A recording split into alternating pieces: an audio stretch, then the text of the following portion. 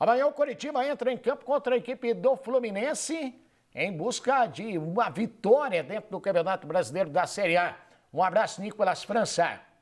Olá, Osmar Antônio. O Coritiba quer aproveitar o embalo dos últimos bons resultados para vencer o Fluminense nesta segunda-feira, às 7 horas da noite, no Couto Pereira e dar sequência à sua campanha de recuperação no Campeonato Brasileiro. Coxa chegou a ficar 18 partidas seguidas sem vencer, a maior série da sua história, sendo também as 12 primeiras rodadas do Campeonato Brasileiro, afundado na lanterna, mas desde que assumiu o técnico interino Thiago Kozlowski, a equipe vem se recuperando. Foram 2 vitórias seguidas, fora de casa contra o Goiás e no Couto Pereira diante do América Mineiro, e um empate na última rodada, 0-0 com o Cruzeiro em Belo Horizonte, mas mantendo um bom rendimento pelo que aconteceu em campo. Coritiba poderia sim ter voltado com a 3ª vitória seguida na competição. Havia até a chance de sair da zona de rebaixamento nesta rodada, mas após o empate do Bahia com o Corinthians em casa e a surpreendente vitória do Goiás fora de casa diante do Cruzeiro, não há chance matemática mais disso acontecer. Porém,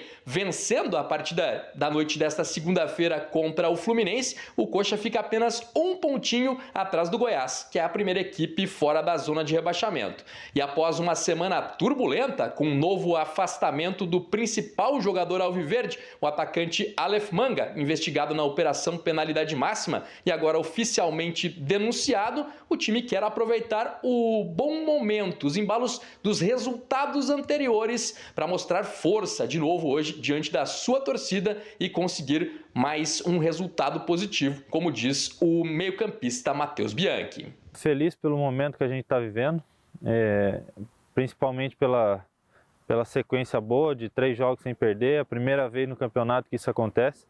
A gente vem numa crescente, fizemos um grande jogo contra o Cruzeiro. Infelizmente a vitória não veio, mas saiu com aquele gostinho que a gente poderia ter saído com a vitória. Então enaltecer o trabalho do grupo, do professor Thiago, que a gente está cada vez mais assimilando o trabalho dele. E a equipe está cada vez se entrosando mais. Agora temos a decisão na segunda-feira. Esperamos fazer um grande jogo e conseguir uma vitória dentro de casa. Matheus Bianchi, que ganhou a condição de titular no meio de campo alviverde, jogando ali como volante, ao lado do Bruno Gomes, desde que o Thiago Kozlowski assumiu o comando da equipe. Para a partida contra o Fluminense, eram esperadas as voltas de 2 jogadores que cumpriram suspensão diante do Cruzeiro, o atacante Aleph Manga e o zagueiro Henrique. E o Manga deveria mesmo reassumir a posição no ataque alviverde, ele que foi substituído pelo Caio César lá em Belo Horizonte, porém, durante a semana teve a denúncia oficial contra ele na operação penalidade máxima, que investiga fraudes em apostas esportivas no ano passado, e o Manga teria tomado um cartão amarelo forçado no jogo contra o América Mineiro em troca de vantagens financeiras. Além disso, um áudio que vazou da investigação dele conversando com o ex-companheiro de time, o Diego Porfírio, inclusive dizendo que estava difícil de receber o dinheiro, R$45 mil combinados da quadrilha de apostadores. Lá em 2022 pegou muito mal, e mesmo com a denúncia, a tendência é que ele continuasse jogando. Mas o áudio foi a gota d'água, ele está afastado e o clube observando qual será a melhor atitude a ser tomada em relação ao atleta nos próximos dias. Por isso, o Caio César segue no ataque coxa branca. Na zaga, o Henrique volta, disputa a posição ali com o Jean Pedroso, que foi titular diante do Cruzeiro, e o Thiago Dombrowski também tinha um retorno esperado, ele que se recuperava de um problema físico, uma lesão no músculo do quadril, acabou não se recuperando. A tempo segue mais uma partida afastado da equipe. A provável formação do Coritiba, então, para pegar o Fluminense na noite dessa segunda, com o goleiro Gabriel, a linha defensiva formada por Natanael, Kusevich, Henrique ou Jean Pedroso e o Jamerson. No meio de campo, a dupla de volantes Bruno Gomes e Matheus Bianchi, com o Marcelino Moreno na armação. Mais à frente, por um lado, o Caio César, do outro Robson e o Rodrigo Pinho como centroavante. Uma novidade no banco de reservas é o atacante Diogo Oliveira, ele que estava por último no Pumas do México, é um dos contratados agora na janela de transferências, já está regularizado e à disposição da comissão técnica Coxa Branca. Osmar. Obrigado, Nicolas França. Olha, como falou o Nicolas ali, Marcelo Iraptan, depois do áudio do Manga, o Coritiba tinha que tomar a providência. Não teve o que fazer. E tomou, né? É muito comprometedor, E realmente toma uma posição, tem que tomar uma posição em que pese perder tecnicamente, mas Isso aí é que tá, a gente já debateu bastante sobre isso, né, Iraptan? Ele fica acima do jogador de futebol. A gente está falando de um ser humano, a gente está falando de um desvio de conduta, de caráter até, eu diria, e lamentavelmente tem que ter punição. Eu lamento porque é um jogador com baita potencial e o Curitiba sofre com isso. Mas não vejo, Iraptan, que tivesse outra forma o Curitiba fazer de não afastar o jogador. É complicado, né? Complicado, até porque, né?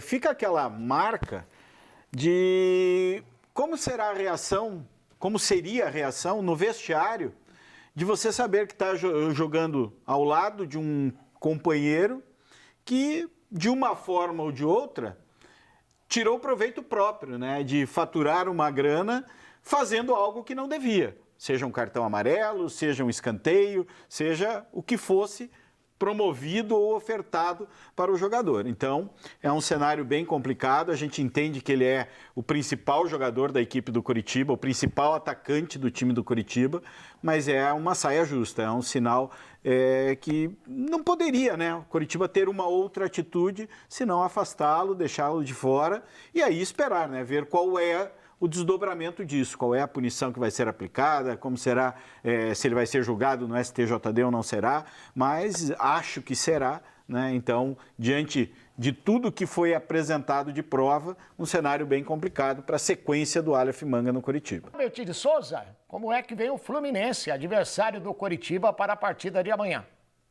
A partida contra o Curitiba pode valer até o 3º lugar para o Fluminense. Para isso, é preciso caprichar na pontaria e vencer por pelo menos 2 gols de diferença. Porém, a missão não é das mais fáceis. Dado como rebaixado há algumas rodadas, a equipe terá o Coritiba, time que iniciou uma recuperação sob o comando de Thiago Kozlowski e não perde há 3 jogos. Para voltar a vencer como visitante, Fernando Diniz vai quebrar a cabeça. Artilheiro da equipe na temporada, o argentino Germancano cumpre suspensão. Já o lateral esquerdo Marcelo será poupado da partida e sequer viajou à capital paranaense. O recém-contratado Diogo Barbosa fará sua estreia pelo Fluminense no Brasileirão. Se o título ficou complicado por conta da grande vantagem que o Botafogo já abriu na liderança, brigar por uma vaga direta na Libertadores do ano que vem é o grande objetivo da equipe carioca neste Brasileirão. Marcelo Ortiz, torcedor do Curitiba, pode ir confiante para o Couto Pereira amanhã, para essa vitória? Eu acredito que sim, Osmar. Já são 30 mil check-ins realizados, ou seja, teremos casa cheia amanhã no Couto Pereira e o torcedor pode ir com esperança realmente de conseguir a vitória. Claro que você vai garantir vitória contra o Fluminense, é muito difícil você garantir qualquer adversário, mas alguns como o Fluminense que jogam um bom futebol, é difícil você garantir qualquer resultado. Agora o torcedor pode ir porque a possibilidade de vitória existe e a possibilidade de fazer um grande jogo é enorme. Não vejo outra maneira. Eu acho que tem jogos e jogos. Esse é daquele jogo que do começo ao fim deve ser realmente muito marcante. E aí, Iraptan, o que o Curitiba tem que fazer para vencer o Fluminense? Eu acho que o Curitiba tem que jogar da forma como vem atuando, né? Com equilíbrio, com sabedoria, com intensidade também, porque se você deixar a bola demais com o Fluminense, você tem problema. Agora, o ponto positivo que eu vejo, Osmar, é que o torcedor vai ao estádio acreditando que o Curitiba vai competir. Sim. Há um mês atrás, né, não se falava isso. O Curitiba era um saco de pancadas, era o último colocado. O Curitiba reagiu, mudou de postura, mudou de filosofia com a presença do Thiago Kozlowski e isso deixa, né, o torcedor, se não confiante, mas pelo menos sabendo que seu time vai lutar, vai competir. E isso que a gente espera do Curitiba amanhã.